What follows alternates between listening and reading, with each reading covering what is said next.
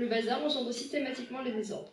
Logique, ce sont deux synonymes. De sa définition, le bazar, lieu ou ensemble d'objets quelconques mis en désordre. Déjà, on peut noter la présence de désordre dans la définition de bazar. Bref, de sa définition, le désordre, l'absence d'ordre, état d'un lieu où les choses ne sont pas mises en place. On retrouve ici, à nouveau, le mot ordre dans sa définition, le désordre.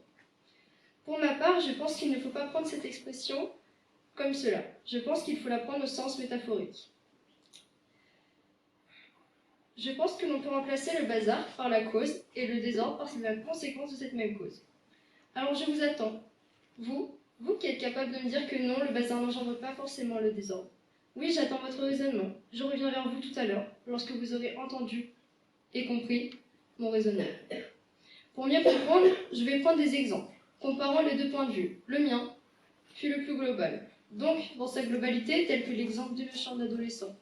Je suis sûre que si je vous pose la question, votre champ est en désordre. Les affaires qui n'ont rien à y faire forment le bazar et engendrent alors le désordre. Dans un second temps, mon point de vue, une relation amicale ou amoureuse toxique, cela peut avoir de très grandes répercussions pour les victimes. L'exemple de deux meilleurs amis n'ayant pas une relation des plus normales, et cela causé par la perversité narcissique, c'est-à-dire que les deux étaient atteints, que l'une des deux était atteinte d'un mal-être qui va consister aux dépens d'autrui, à une survalorisation de soi. Elle exerce alors une emprise sur sa copine pour se sentir supérieure et atténuer ses peurs et ses troubles. Cette manipulatrice est alors souffrante, contrairement à ce qu'elle laisse paraître. Elle est dans l'incapacité de ressentir de l'empathie, elle ne se rend même pas réellement compte de la situation actuelle. Pour parler de la victime, donc l'amie du cas précédent, on ne parle pas de naïveté, mais plutôt d'une personne avec un gros manque de confiance en elle, avec de nombreuses remises en question, trouvant toujours des explications cohérentes avec ces situations. Donc cet engrenage a très souvent des conséquences négatives pour la victime, telles que la baisse de l'estime et de confiance en soi, donc la méfiance envers autrui. Et cela dans le meilleur des cas, puisque dans le pire, on peut parler de suicide. Donc ici, on retrouve en effet ma théorie, c'est-à-dire que le bazar, donc la cause, est la relation toxique des deux individus, tandis que le désordre, donc la conséquence, sont les différentes conséquences que je viens d'énoncer. Un second exemple avec l'actualité, je sais que vous en entendez assez parler, mais la guerre entre la Russie et l'Ukraine. Tout cela par des objectifs de Vladimir Poutine, qui souhaiterait rapprocher l'Ukraine et la Russie. Et cela pour son petit bonheur personnel étant d'agrandir son pays et aussi de fragiliser les relations entre l'OTAN et l'Ukraine. Pour se faire entendre et tenter d'appliquer cela, il trouve la seule solution de passer à travers la force, c'est-à-dire cette guerre, notamment avec l'incendie provoqué sur le site de la plus grande centrale nucléaire d'Europe en Ukraine, le 3 au 4 mars 2022. Il a pu être éteint après l'intervention des pompiers ukrainiens et les niveaux de radioactivité n'ont pas été augmentés. Mais il y a encore des craintes d'un accident nucléaire lié au conflit demeurant en Ukraine, qui compte au total 15 réacteurs sur son territoire. Plusieurs journalistes français sont partis en mission et se sont demandé ce qu'ils avaient retenu de cette guerre, pas encore terminée d'ailleurs. Peut-être les mêmes événements que vous. Tout d'abord, ils se dirigent vers un hôpital, le 25 février 2022, où ils voient le nombre de victimes. La panique des habitants aux alarmes qui retentissent, cherchant des abris. L'opposition des Ukrainiens face à la Russie, leur façon de tenir tête, leur résistance. Ici, on comprend bien que le bazar, c'est la guerre entre les deux pays, qui engendre le désordre, donc la situation de l'Ukraine et ses habitants. Je voulais exprimer un dernier exemple avec le mouvement des Gilets jaunes, qui commençait le samedi 17 novembre 2018, avec en ligne de mire la taxe de carbone, appliquée notamment au carburant. Donc pour se faire entendre, ils ont décidé de manifester d'abord. Ils ont fait des blocages et surtout des rassemblements, jusqu'à près de 300 000 personnes en France. Puis ces manifestations ont pris de l'ampleur en termes de violence. Tous ces manifestants sont comptabilisés par le ministre au nombre de 166 000. On peut particulièrement parler d'un cercle vicieux, de la violence entre les policiers et les manifestants. Car du côté des forces de l'ordre, c'est l'arrivée des blindés légers et leurs canons lacrymogènes. C'est un niveau d'armement encore jamais vu, mais qui entretient malheureusement cette violence. Quelques personnes disent « je réponds à la violence de l'État par notre violence ». C'est pour cela que l'on parle d'un cercle vicieux interminable.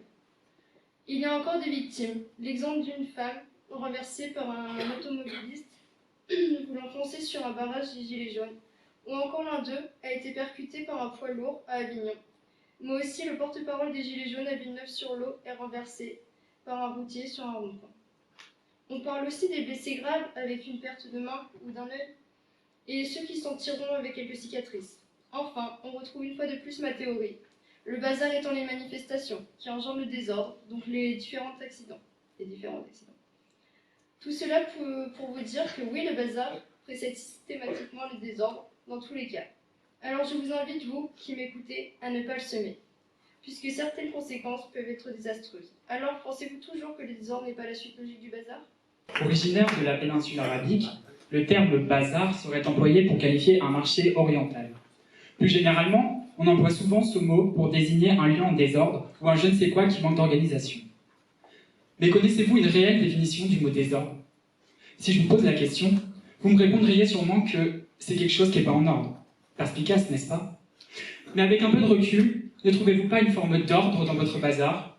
Le bazar, est-ce tout n'importe quoi, ou bien en effet une forme d'ordre dans le désordre ? 1er septembre 2021, veille de rentrée. La question est inévitable et est dans toutes les têtes. Mais qu'est-ce que je vais porter demain ? C'est alors que je pars à la recherche de la tenue, celle qui, à force d'être restée toutes les vacances en maillot de bain, s'est glissée au fin fond de mon armoire. Reste-t-il encore à la trouver parmi tous ces vêtements ? Je commence alors à étaler mes vêtements sur mon lit. Les jeans d'un côté, les t-shirts de l'autre, quand d'un coup, je la vois. C'est elle, la tenue. Au même moment, ma mère entre dans ma chambre. Mais quel bazar dans cette chambre, range-moi ce désordre. Étonné, je m'interroge. Ce sont, je vous l'accorde, des hordes de vêtements sur mon lit, mais ce n'est certainement pas un désordre de vêtements. Tout est parfaitement bien organisé. Depuis ce jour-là, je me suis rendu compte que la notion de bazar était relative, et que chaque individu avait sa propre conception de l'ordre et du désordre. Reprenons la première définition du mot bazar. Il s'agit avant tout d'un marché oriental. Je vous vois déjà en train d'imaginer un immense marché bondé de vendeurs prêts à tout pour écouler leurs marchandises. Un immense labyrinthe où rien n'est organisé et on se fie au hasard pour parvenir à y trouver ce qu'on y veut. Eh bien, détrompez-vous, car leur organisation est bien plus organisée qu'elle n'y paraît. Afin d'attirer les touristes, les produits artistiques sont par exemple placés au bord du bazar et les marchands d'or et de pierres précieuses sont au centre, loin des voleurs. De plus, les marchandises sont réparties par similitude. Les céréales et épices sont proches, tandis que les tapis et les olives sont à l'extrémité. Chassez donc de votre tête l'image du bazar en bordel. L'important, c'est surtout de savoir où les choses se trouvent. Et si la prochaine fois que vous irez dans un bazar, vous vous retrouvez à chercher un tapis au milieu des olives, eh bien vous saurez que vous n'êtes pas sorti de l'auberge. En parlant de tapis, avez-vous déjà entendu parler du cluttercore ? Globalement, il s'agit d'une tendance née sur les réseaux sociaux qui consiste à décorer votre intérieur de manière surchargée. On pourrait alors penser que cela entraîne le désordre. Mais le cluttercore, c'est avant tout une décoration ordonnée où tout a sa place. Cela peut paraître paradoxal, mais il s'agit en quelque sorte d'un bazar organisé. Chaque objet a une place bien pensée et est en harmonie avec le reste. Alors ne dites jamais à un amateur de cluttercore que son intérieur est en désordre. Un joyeux bazar organisé, oui. Un bric-à-brac désordonné, non. Imaginons maintenant un monde où l'on pourrait faire absolument tout ce qu'on veut. Un monde sans loi. Dans ce monde, rien ne vous obligerait, par exemple, à suivre le code de la route. Vous pourriez prendre l'autoroute dans le sens inverse ou encore passer au feu rouge quand bon vous semble. Et puis si un autre automobiliste vous fait une réflexion, vous pourrez le décapiter sur place. Après tout, ce n'est pas interdit. Imaginez un peu le désordre que ça provoquerait. Ce monde serait un tel bazar que même le plus grand des chauffards et le plus dangereux des motards en ferait des cauchemars. La réalité est tout autre. En France, rien ne vous interdit de mettre le bazar. En fait, vous pouvez faire tout ce que vous voulez, et je vous l'assure, vous pouvez.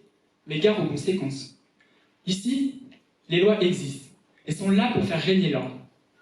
Par définition, la législation interdirait donc le désordre. Alors comment pourrait-il être créé ? Finalement, mettre le bazar engendrerait-il vraiment le désordre ?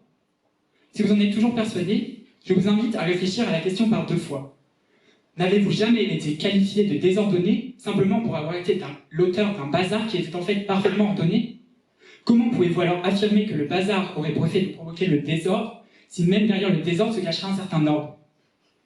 Alors, la prochaine fois que vous direz de quelqu'un qu'il est désordonné, pensez bien à ce que je viens de vous dire, et rappelez-vous, les apparences sont parfois trompeuses.